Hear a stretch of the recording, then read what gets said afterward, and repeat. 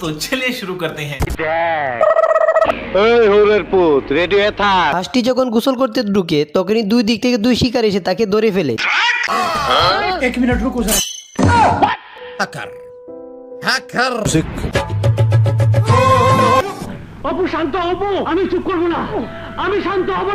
হাঁসটি চালাকি করে বলে পাহাড়ের ওই গাছটি যে আগে ধরতে পারবে সে তাকে শিকার করতে পারবে, এই বলে একটি দাগ দিয়ে দেয়। তুই কি আমারে ফুটপাতের মাস্তান ভাবছ?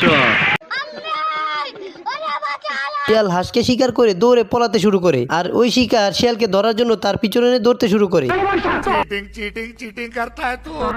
আমি হোলি খেলো।